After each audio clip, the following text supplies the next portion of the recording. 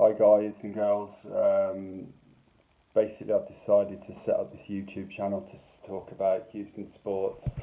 I've been into Houston sports since I was 8 years old. I live in Birmingham, England, UK, but for many years I've been into Houston sports. So quite a lot of you on my Facebook and other social media will have seen how much I adore Houston sports. I've attended Astros, Rockets, Texans, so just wanted to talk a little bit about it from my British viewpoint. Yeah, by the way, I was an Oilers fan when I was a little boy, and I used to listen on Armed Forces radio. Basically, I had some people in Houston that were like grandparents to me, and they actually used to introduce me as their grandson when we were out and about. So that's basically how I got into Houston sports. And about 3 years ago, I came over to watch the Texans, Astros, and Rockets. So talk about what's going on at the moment. First of all, Astros, really bad start, wasn't it? But thankfully, we've turned it around. A lot of players left. A lot of people were upset that Marwin Gonzalez left. We didn't want to pay him what he wanted, and then he ended up going to Minnesota. There were a couple of other players that left, and then we people were like, and then the new players came in. Quite a lot of people jumped on players' backs quite early on and quick to judge, but thankfully now we've settled down and we're top of the standings on 12 and 5. Seattle are 13 and 7, so they've slipped a little bit lately. So maybe we're going to win it again this year. We came pretty close last season, didn't we? So I don't see why not. We're not going to challenge again this year. Let's see. Hey, I've been told I didn't smile in my first video either, so I'm going to smile a little bit more on this one. So here we go. I'm going to cover all Houston professional sports. The Astros' next game is at Oakland Athletics. Not a big fan of them, as you can probably tell by some of my Facebook posts if you're Facebook friends with me. I've called them the Oakland Trash in the past, but hopefully we'll win that one. Another division rival, 10 and 10, so hopefully we'll win that. On to Rockets. Utah Jazz had an amazing win. Houston Rockets had an amazing win against Utah Jazz in the first playoff game.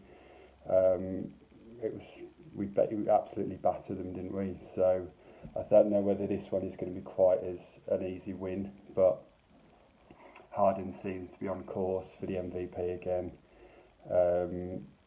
Jazz, they were shockingly bad in the first game, so let's see how the next game pans out.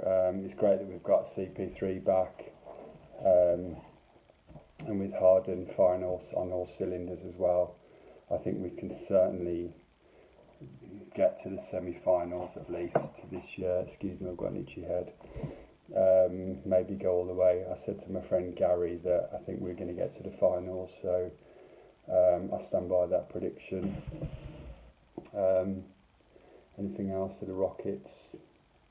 Yeah, I'll be honest with you, at the start of the season I was panicking. We were like 1 and 3 or something like that, and I was thinking, shit, maybe D'Antoni's luck has run out somewhat, or I don't know what went wrong, but I think the signing of Carmelo Anthony was really shocking. A friend of mine, Carlos, I was messaging him about how upset I was that we'd signed Carmelo Anthony, and I thought, this guy is past his best. Why have we signed this bum? Excuse my French. But we ended up signing him, and I was dead against it, and I was kind of proven right. Carlos was nice. So I think he's kind of European standard now, if I'm honest. I don't think he's any good, and I was glad when we got rid of him. So on to Texans, yeah, as you can see on my arm there, big Texans fan as well. All Houston professional sports I'm going to talk about. So Texans are playing. Opening game is against New Orleans Saints, Drew Brees, who did incredibly well this season. Brees has just turned 40, so he's getting on, but he doesn't seem to show any age of signing at all. There's sign of aging. Excuse me, I can't even speak English. He's not really showing any signs of aging, and he seems to get better with age, if anything. So I think that'll be a good game. We all seem to have a good game against them. So I think that'll be a good one. And the big one for us European Texans fans is 3rd of November against, who is it? Jacksonville Jaguars. Jacksonville Jaguars, or Jaguars as you say in America. They were really good, not this season, the season before. But they had a bit of a blip, didn't they, with Fournette getting injured early on. And the quarterback, Blake Bortles, who's been shown the door now at the Jacksonville Jaguars, he was pretty shit, to be honest. Excuse me, I shouldn't swear, kids are watching. He was pretty poor last season. After he came in, he was drafted. I think Bill O'Brien was considering drafting him, wasn't he? But because he likes big, strong, physical quarterbacks, but and thankfully we didn't sign him. Yeah, so Blake Bortles is gone. Fournette will be backfiring. Obviously they've got AJ Boye as well, who we got rid of and never should have got rid of. Obviously Boye wanted a lot of money and we weren't prepared to pay it, which, considering how weak our secondary is, doesn't look like a very good move, does it? So anyway, Texans are playing against the Jacksonville Jaguars 3rd of November this year. First time that any Houston sports team has been to the UK, as far as I'm aware. I think it's going to be great for me personally as a big European Houston sports fan, and I'm not just someone that wears the clothing to look cool, or I'm actually someone that cares about the teams and watch games. So, and I've been as well. So I think it's going to be great for me personally to have a lot of friends over, a lot of people I know from Tailgate, a lot of super fans are going to come over as well. Mentioning no names, hi Debbie, and Daniel. Yeah, so it's going to be great for me to have people come over and see the UK and see how the UK is, and also to have the Texans play at Wembley Stadium, which is the biggest, well, it's the England National Soccer Stadium, so it'll be fantastic, and to have the Texans nation arrive in the UK will be absolutely fantastic for me. So since it's been announced, about 6 weeks now, I've had a lot of messages from my Facebook friends, people asking me questions about airline tickets, hotels and whatever. So I think it's going to be fantastic. So it'll take a few days for the ticket information to come out and, settle down, and information will break. I think there is a thing about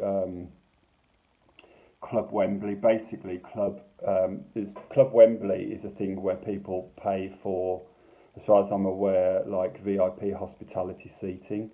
So these people get some kind of priority with the ticketing, as do people that've got a Wembley season ticket. Wembley is the stadium, as I've just mentioned, but season ticket for, is it 4 games, NFL games a year, something like that. So some people will happily go and watch random teams at Wembley, and these people will have a priority with buying the tickets. I myself, I'm a Houston sports fan. I'm not a fan of NFL in general. I'm a Houston sports fan, so as far as I'm concerned, I wouldn't pay to watch anyone other than the Texans at Wembley. If the Jets played, say the Dallas Cowboys, in my back garden, I'll probably close the curtains because I'm just not interested. So Texans for me, I must smile a bit more, as Anthony pointed out. There you go. Texans or nothing for me. So the more I hear about the ticketing, the more I will share with you guys and girls.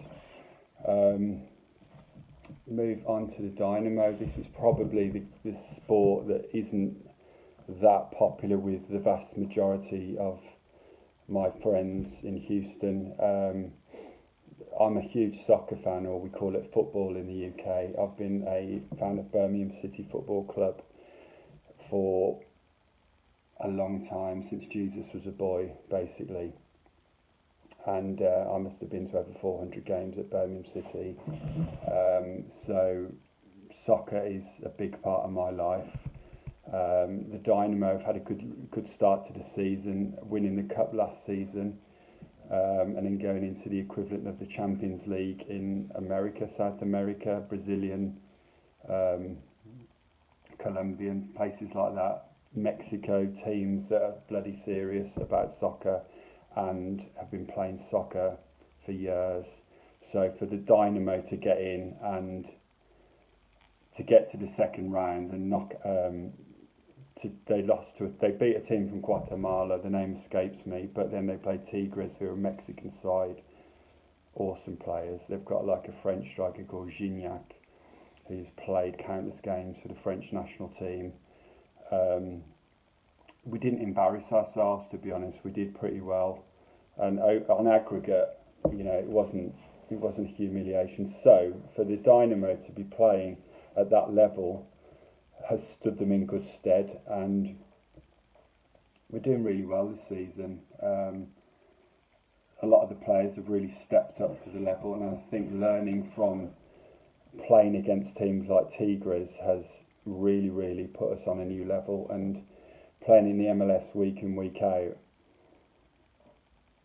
I think it's not easy, but we're kind of above it in a way, because if you competing with Tigres, who are a world class side, so I think we're going to go a long way this season. I think we're going to compete. The next game is LA Galaxy on Saturday the 20th. It's 4 AM in the UK, so I'm going to have to watch that one later. The game after that is Columbus, so that should be a decent game. Hello to Glenn as well, Glenn Davis, who runs the Soccer Matters Facebook page and does a lot of podcasts as well, so he's a really great person when it comes to soccer in Houston. So I think keep up the good work, Glenn, and keep pushing the Dynamo forward. So that's a little bit about me and my love for Houston sports. If you like the channel, if you like what I've got to say, please subscribe, JR55TEX, and any questions about me or Houston sport and my interest in Houston sport, please fire away in the comments and give it a share if possible. Okay, thanks guys, see you later.